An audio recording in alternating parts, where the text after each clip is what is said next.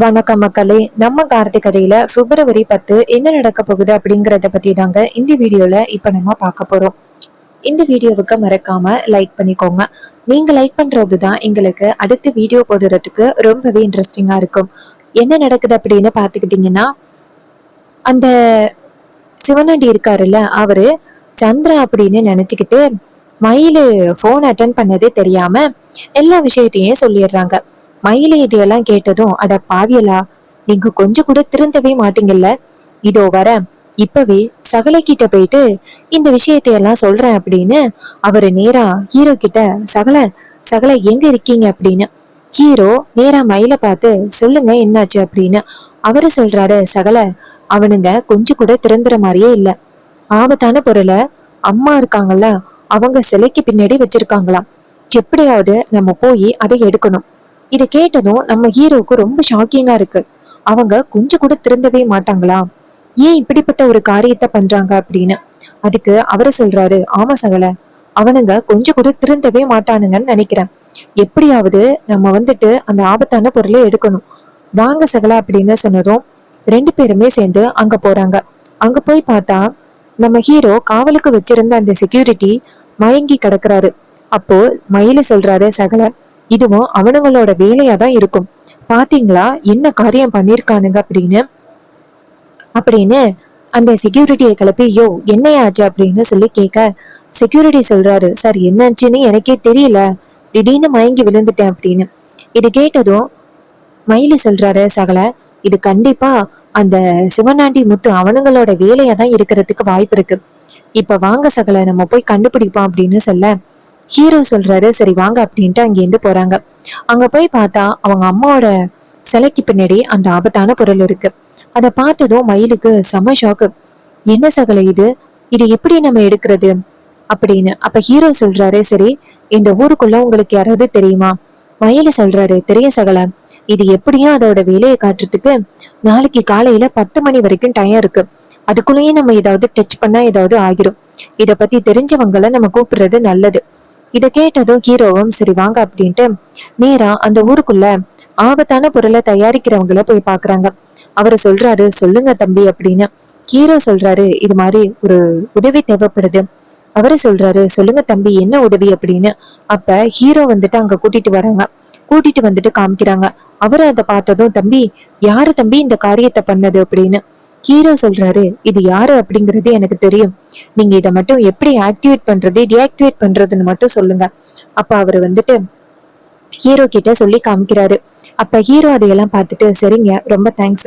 அப்ப அவங்க சொல்றாங்க, தம்பி இந்த செஞ்சவனுங்களை கண்டிப்பா விடாதீங்க தம்பி, அதிகாரிங்க கிட்ட சொல்லுங்க. அப்ப ஹீரோ சொல்றாரு, அதை விட தரமான சம்பவம் அவனுங்களுக்கு வச்சிருக்கேன். எத்தனை தடவை அதிகாரிங்க கிட்ட அவனுங்களை மாட்டி கொடுத்தாலும் அவனுங்க கொஞ்சம் கூட திருந்தவே மாட்டானுங்க.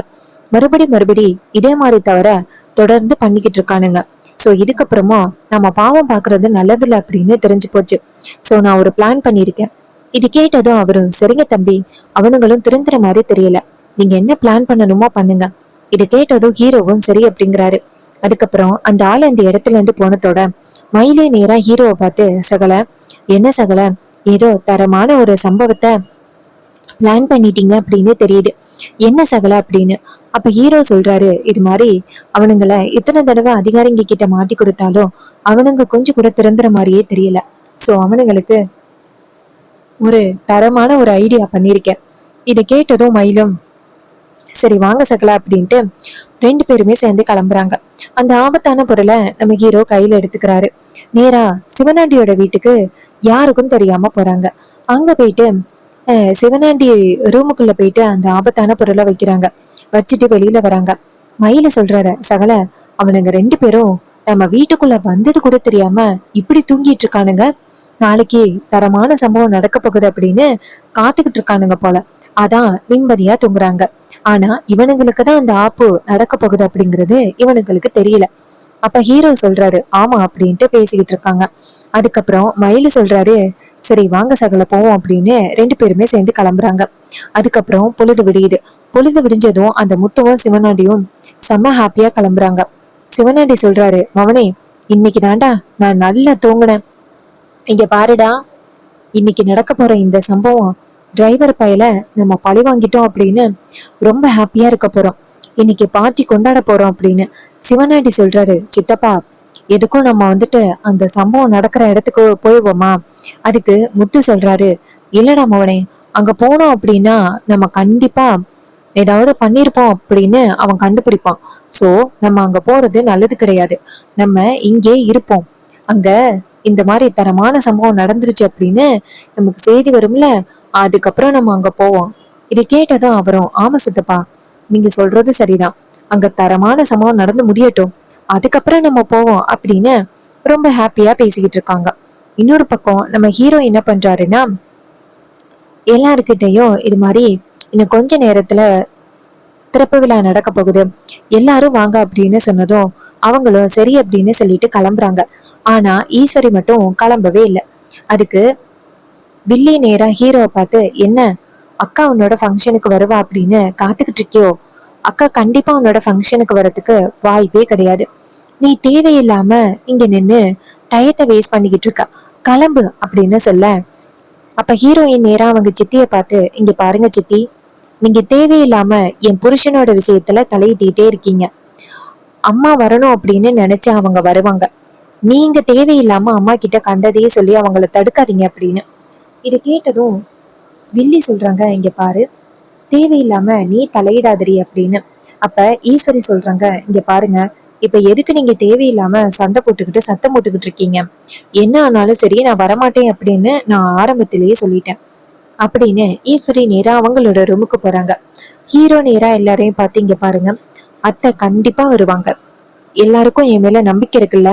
இதை கேட்டதும் ஹீரோயின் சொல்றாங்க, எனக்கு கண்டிப்பா நம்பிக்கை இருக்குங்க. அப்பா அவரை சொல்றாரு, அப்ப வாங்க போகலாம் அப்படின்ட்டு கிளம்புறாங்க. எல்லாரும் நேரா அங்க கிளம்பி போறாங்க. அங்க போனதோடு அங்க வந்து எல்லாரும் வெயிட் பண்ணிக்கிட்டு இருக்காங்க.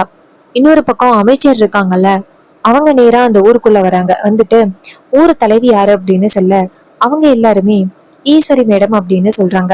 உடனே அமைச்சர் சொல்றாங்க, சரி, ஈஸ்வரி மேடத்தையும் நம்ம கூட்டிட்டு போனாதான் மரியாதையா இருக்கும். சோ ஈஸ்வரி மேடத்தை கூட்டிட்டு போகலாம் அப்படின்னு நேரா ஈஸ்வரியோட வீட்டுக்கு வராங்க.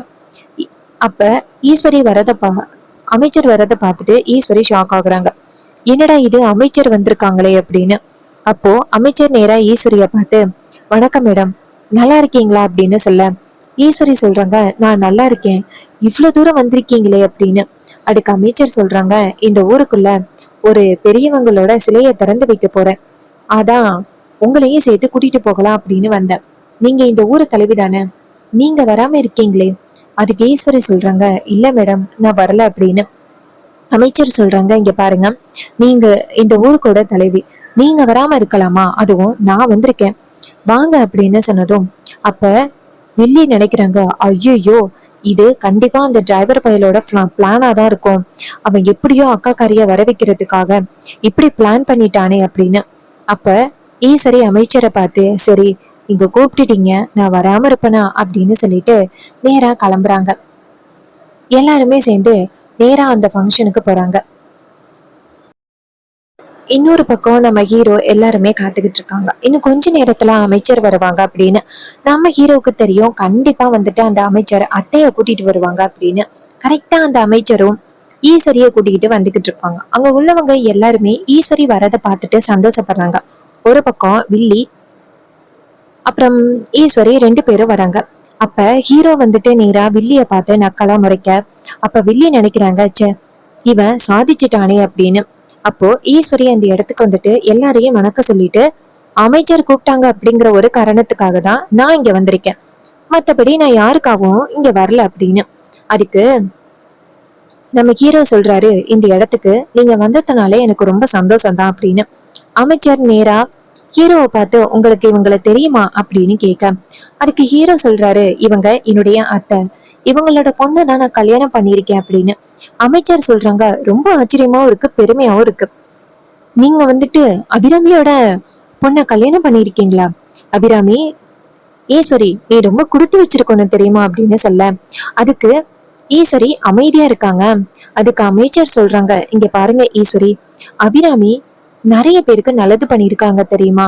சோ அவங்களோட நல்ல குணத்துக்காக தான் நான் எங்க இருந்தாலும் அவங்களுக்காக நான் இங்க வந்திருக்கேன். இதை கேட்டதும் ஈஸ்வரி அமைதியா இருக்காங்க. அப்புறமா சிலை திறப்பு விழா நடக்குது.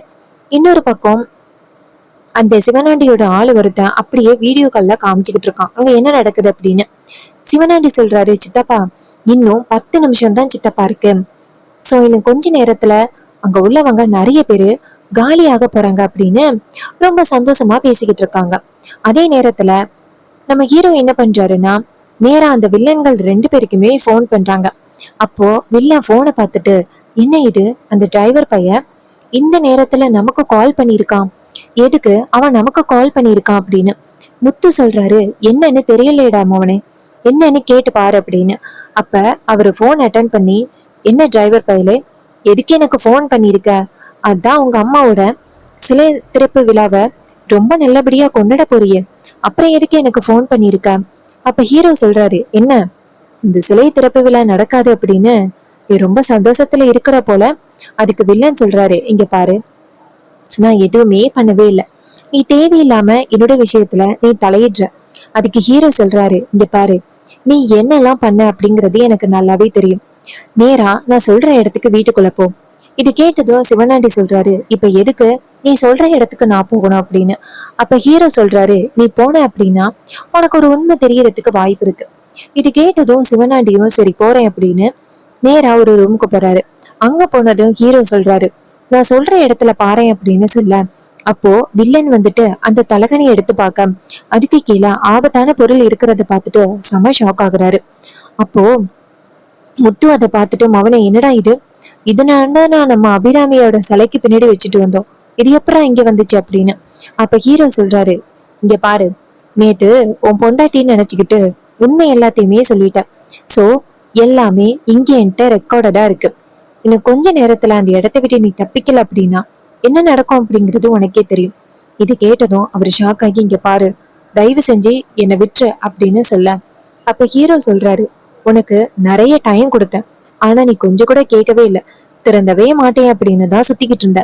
இப்போ உனக்கு தரமான சம்பவம் இப்ப கொடுத்தாச்சு, மரியாதையா அந்த இடத்த விட்டு தப்பிச்சு போறதுக்கான வழியை பாரு என்கிட்ட பேசுறத விட்டுட்டு. முத்து நேரா சிவனாண்டி கிட்ட, மவனே இன்னும் 2 செகண்ட் தான்டா மவனே இருக்கு, அதுக்குள்ளேயே நம்ம ஓடணும் அப்படின்ட்டு சொல்ல, அவரும் ஆமா சித்தப்பா அப்படின்னு தப்பிச்சு அங்கிருந்து ஓடி வெளியில ஒடியாந்ததோட அந்த இடம் அப்படியே காலி ஆகுது. சோ இதெல்லாம் பார்த்ததும் அந்த சிவனாண்டியும் முத்துவும் செம்ம ஷாக் ஆகுறாங்க. இவ்வளவு பெரிய விஷயத்த அவன் பண்ணுவான் அப்படின்னு நான் கொஞ்சம் கூட எதிர்பார்க்கவே இல்லை. கொஞ்சம் விட்டுருந்தா நமக்கு என்ன ஆகிருக்கும் அப்படின்னு என்னால நினைச்சு கூட பார்க்க முடியல அப்படின்னு ரொம்ப பயத்துல பேசுறாங்க. முத்து சொல்றாரு, மவனே அவனுக்கு உண்மை தெரிஞ்சு போச்சு, கண்டிப்பா நம்மள சும்மா விட மாட்டான், இந்த இடத்துல இருந்து நம்ம தப்பிச்சு போறதுதான் நல்லது. அதுக்கு சிவனாண்டி சொல்றாரு, இல்ல சித்தப்பா, இந்த இடத்துல இருந்து நம்ம தப்பிச்சு போனாலும் கண்டிப்பா அவன் நம்மள சும்மா விட மாட்டான். நம்ம என்ன பண்றதுன்னே எனக்கு ஒன்றும் புரியல, நம்ம கொஞ்சம் இந்த விஷயத்துல தலையிடாம இருந்திருக்கணுமோ அப்படின்னு தோணுது. இதை கேட்டதும் அவரை சொல்றாரு, இங்க பாருடம் அவனே, மாட்டினது மாட்டிட்டோம், எப்படியும் நம்ம இந்த இடத்துல இருந்து போய் தான் ஆகணும் அப்படின்னு சொல்லிட்டு 2 பேருமே அந்த இடத்துல இருந்து தப்பிச்சு போறதுக்காக முயற்சி பண்றாங்க. நம்ம ஹீரோ கண்டிப்பா அவங்க 2 பேருக்கும் நல்லபடியான ஆப்பு வைக்கிறதுக்கு நிறையவே வாய்ப்புகள் இருக்கு. ஹீரோவுக்கு கண்டிப்பா உண்மை தெரிய வரும். தெரிஞ்சதும் அபிராமியோட அந்த சிலையும் காப்பாத்துவாரு. ஈஸ்வரியோட கைனால அந்த சிலையும் திறந்து வைப்பாரு.